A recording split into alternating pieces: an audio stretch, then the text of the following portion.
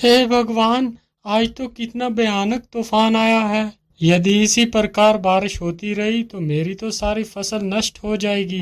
प्रकाश एक बहुत ही सच्चा और ईमानदार व्यक्ति था। वो अपने बूढ़े माता पिता के साथ इसी घर में रहता था। पूरी रात जोर जोर से बारिश और तूफान होता रहता है।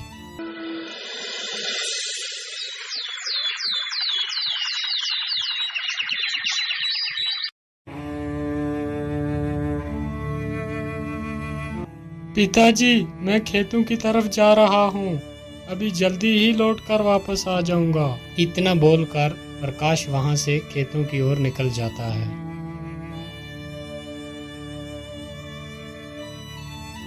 प्रकाश चलते चलते फिर अपने खेतों के पास पहुंच ही जाता है और वो क्या देखता है कि उसकी अपनी सारी फसल जो थी वो नष्ट हो चुकी है। हे भगवान, ये क्या हो गया? अब मैं क्या करूंगा? मेरी तो सारी फसल नष्ट हो चुकी है। अनाज कहाँ से लाऊंगा और अपने बूढ़े माता पिता को क्या खिलाऊंगा? बेचारा प्रकाश वहाँ पेड़ के नीचे बैठकर बहुत देर तक रोता रहता है। हे भगवान, मेरे परिवार का सहारा बस ये खेत ही था। आज वो भी नष्ट हो गया। अब मैं क्या करूंगा? अब तो यहाँ रहकर मैं अपने माता पिता का पेट नहीं भर पाऊंगा। मैं ऐसा करता हूँ, अपने बूढ़े माता पिता को साथ लेकर कहीं दूसरे गांव में चला जाता हूँ।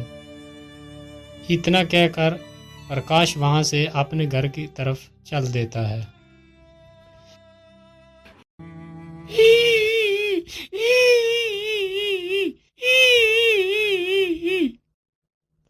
अरे, ये आवाज किसकी है? कौन रो रहा है इधर? मुझे तो लगता है कोई मुसीबत में फंसा हुआ है। एक बार जरा देखूं तो सही, कौन है ये? फिर प्रकाश उसी ओर चलने लगता है जिस तरफ से वो आवाज आ रही थी।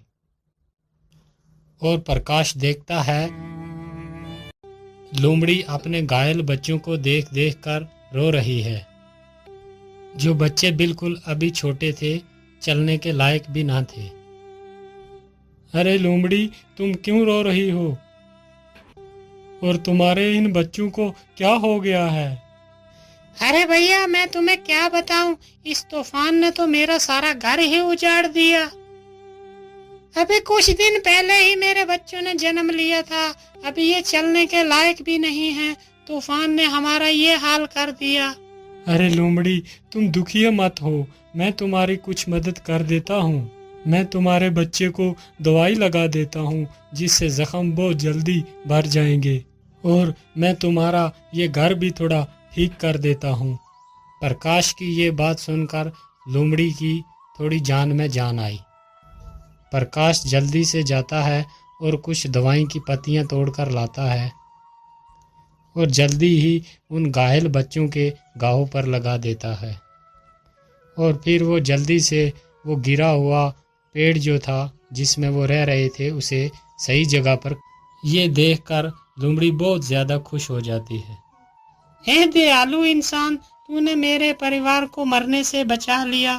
तुम बहुत अच्छे आदमी हो। मैं तुम्हारा ये एहसान कभी नहीं भूलूंगी। अच्छा लोमड़ी, अब मैं चलता हूँ। अरे रुको भैया, तुमने मुझे मुसीबत से निकाला, लेकिन मैं देख रही हूँ तुम्हारे चेहरे पे बहुत उदासी है। क्या कारण है? तुम इतने परेशान क्यों हो? अरे मैं क्या ही बताऊं, जिस जालिम तूफान ने तुम्हें कष्ट दिया है उसी जालिम तूफान ने मेरा भी खेत जो था वो सारा तबाह कर दिया है। और उसी फसल से मेरी सारी उम्मीदें थी। अब वो फसल भी सारी नष्ट हो चुकी है। अब मैं क्या करूंगा? खाना कहाँ से लाऊंगा और अपने बूढ़े माता पिता को क्या खिलाऊंगा? मेरे पास खेती के सिवा दूसरा कोई साधन भी नहीं है। अब तुम ही बताओ, मैं क्या करूं? अरे मेरे भाई, आप दुखी मत हो।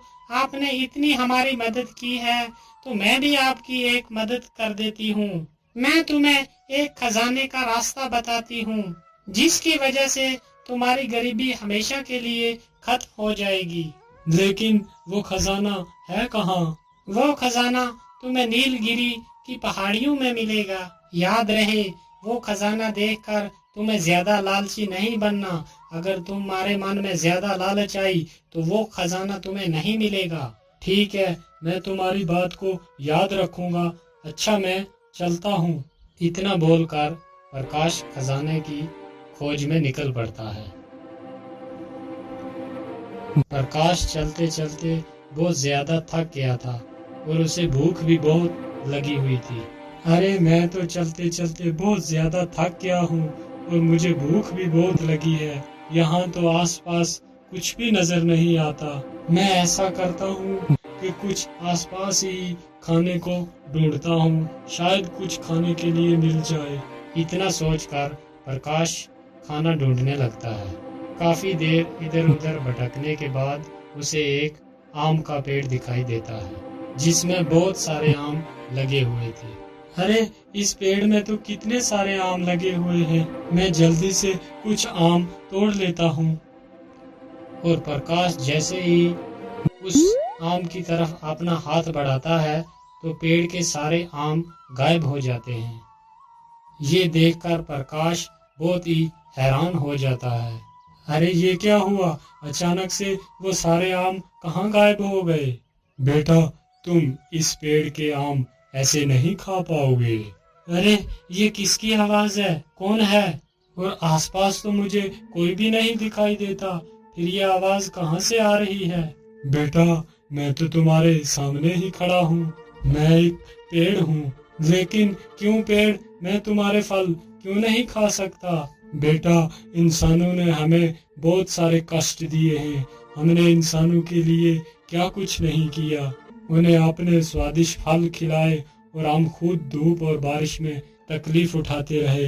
लेकिन तुम इंसानों को अपनी छाया में बिठाया, लेकिन बदले में तुम इंसानों ने हमारे लिए क्या किया? तुमने बारी बारी सारे पेड़ काट दिए हैं, जिसकी वजह से आज इतनी कड़कती धूप पड़ रही है। इसका कारण सिर्फ तुम ही हो। और इस गर्मी की वजह से हमें भी पर्याप्त पानी नहीं मिल रहा। इसकी वजह से हमारी तने भी सूख रहे हैं आहिस्ता आहिस्ता।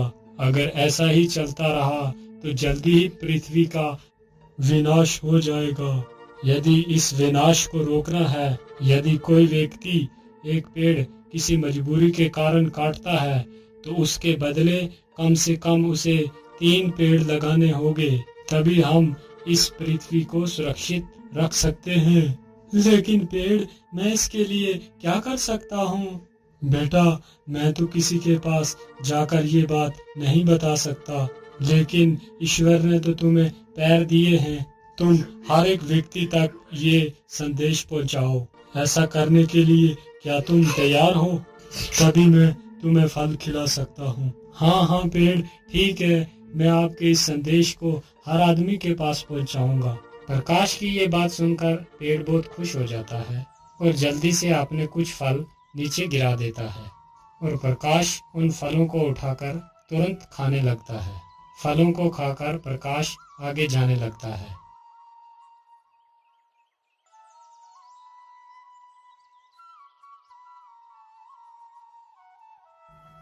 अरे बाप रे बाप, इतनी जोर की धूप पड़ रही है और इस धूप में चलना तो बहुत मुश्किल हो रहा है और मुझे बहुत सारी प्यास भी लगी है।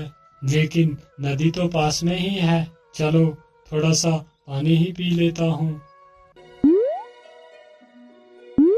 पानी पीकर जैसे तो सारी थकान दूर हो जाती है। अरे, पानी के भीतर ये क्या है जो इतना चमक रहा है? और प्रकाश अपना हाथ उस पानी में डालता है और जल्दी ही उस चमकते सिक्के को बाहर निकाल। अरे, ये तो सोना है, लेकिन इस नदी के भीतर ये सोना आया कहाँ से? वो नदी उसी नीलगिरी पहाड़ी से होकर गुजरती थी, जिसकी वजह से कभी कभी सोना उस नदी में बहकर आ जाता था। इसका मतलब ये नदी नीलगिरी पहाड़ी से होकर आती है। चलो जल्दी से मैं गुफा के पास जाता हूँ।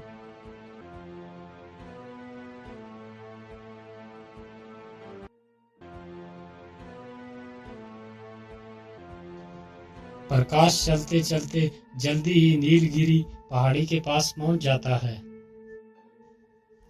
मैं इस गुफा के बीच तो आ गया, लेकिन खजाने का कुछ पता ही नहीं है कहाँ पर होगा। अरे ये क्या, एक पत्थर के नीचे से इतना सारा पानी कैसे आ रहा है? कहीं इस पत्थर के पीछे ही वो खजाना तो नहीं छुपा हुआ है। चलो इस पत्थर को ही हटा कर देखता हूँ। प्रकाश जैसे इस पत्थर को हाथ लगाता है, वो पत्थर अपने आप दूर खिसक जाता है। अरे ये क्या, ये पत्थर मेरे छूते ही इतना दूर कैसे हो गया? और देखता है गुफा की हर तरफ सोना ही सोना पड़ा हुआ है। अरे बाप रे बाप, यहाँ पर इतना सारा खजाना पड़ा हुआ है। कहीं मैं कोई सपना तो नहीं देख रहा? क्या ये हकीकत है? अरे नहीं नहीं, ये कोई सपना नहीं है, ये हकीकत ही में ही सोना है। चलो मैं अपनी जरूरत के हिसाब से ही सोना ले लेता हूँ।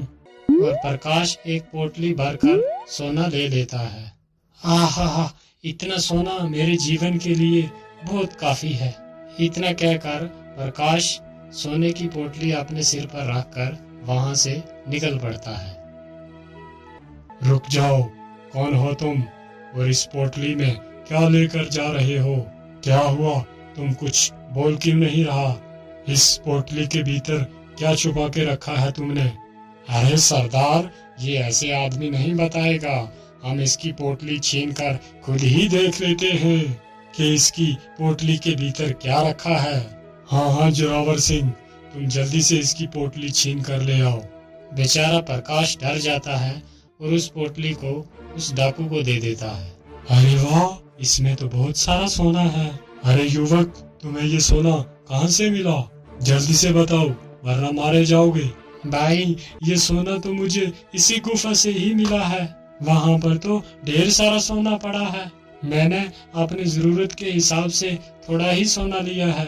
क्या कहा? इतना सारा सोना? और जिस सोने को हम वर्षों से ढूंढ रहे हैं, और वो सोना तुम्हें मिल गया? हाँ भाई, वो सोना मुझे ही मिला है। और चल जल्दी जल्दी, और वो बता मुझे सोना कहाँ पर है, नहीं तो तुम्हें मारकर इसी गुफा में दफना देंगे। ठीक है भाई, अब मुझे कुछ मत करना, मैं आपको उसी गुफा के अंदर ले चलता हूँ। और जल्दी से जाकर उस बड़े पत्थर के पास रुक जाता है।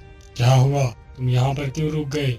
यहाँ पर तो कोई सोना नजर नहीं आ रहा। अरे भाई, इस पत्थर के पीछे ही तो वो खजाना छुपा हुआ है। क्या इस पत्थर के पीछे वो खजाना है? लेकिन तू इस पत्थर के पीछे गया कैसे, और तुमने अकेले ने ये रास्ते से हटाया कैसे? अरे दुष्ट, तू मुझे मूर्ख बना रहा है कि तूने अकेले ही नहीं ये इतना बड़ा पत्थर हटा लिया, जबकि हम सारे लोग मिलकर इस पत्थर को दिन भर नहीं हिला सके, और तूने इस पत्थर को अकेले ही हटा दिया। नहीं भाई, मैं झूठ नहीं बोल रहा, मैंने सचमुच अकेले ही इस पत्थर को हटाया था और इसके अंदर मैं गया था। यदि ऐसी ही बात है तो तू मेरे सामने ही इस पत्थर को हटा, जरा मैं भी तो देखूं कि तूने अकेले ही इतने बड़े पत्थर को कैसे हटा दिया। ठीक है भाई, मैं अभी इस पत्थर को हटाता हूँ।